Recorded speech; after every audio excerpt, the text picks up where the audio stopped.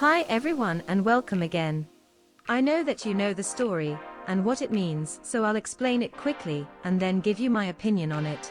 Feet of an investor. Bread and circuses is a term used to describe a political strategy that consists of satisfying the basic needs of the people, that is giving them bread to eat, and distracting them with entertainment, offering them a circus, in order to prevent them from becoming concerned with more important political and social issues.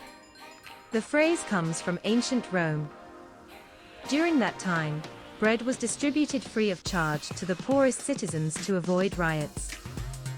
On the other hand, the circus consisted of public shows that took place in the Colosseum. You know, they were gladiator fights or chariot races.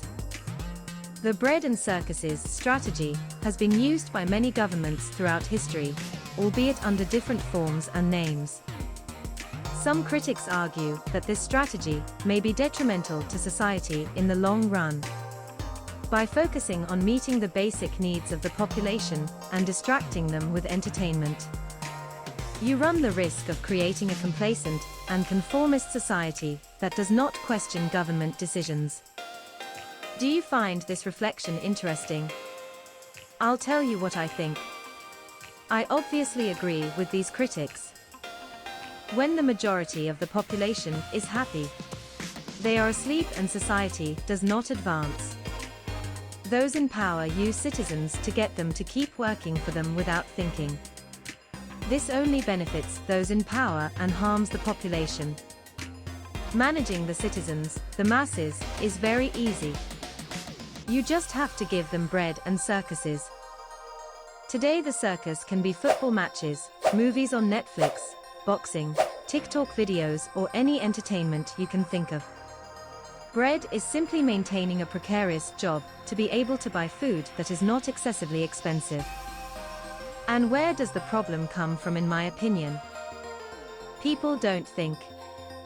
Centuries ago education was too little, and I understand that the crowd was easy to handle, but today we are all well educated, and we should be able to read a book or go to the theater and understand the plot. But we prefer the fast consumption that the internet or any mass sport gives us.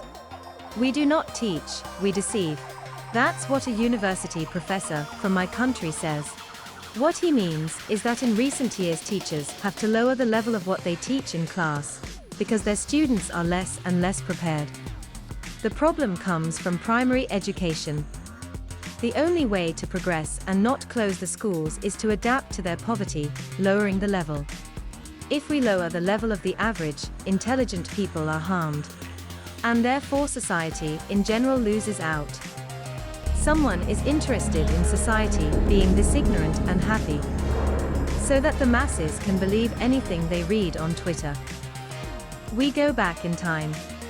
In the Middle Ages, culture and knowledge was in the monasteries, where they kept forbidden books on anatomy, science, medicine, astronomy, etc., to which only they had access. It was interesting to have an illiterate and ignorant people who could be manipulated through fear of divine punishment.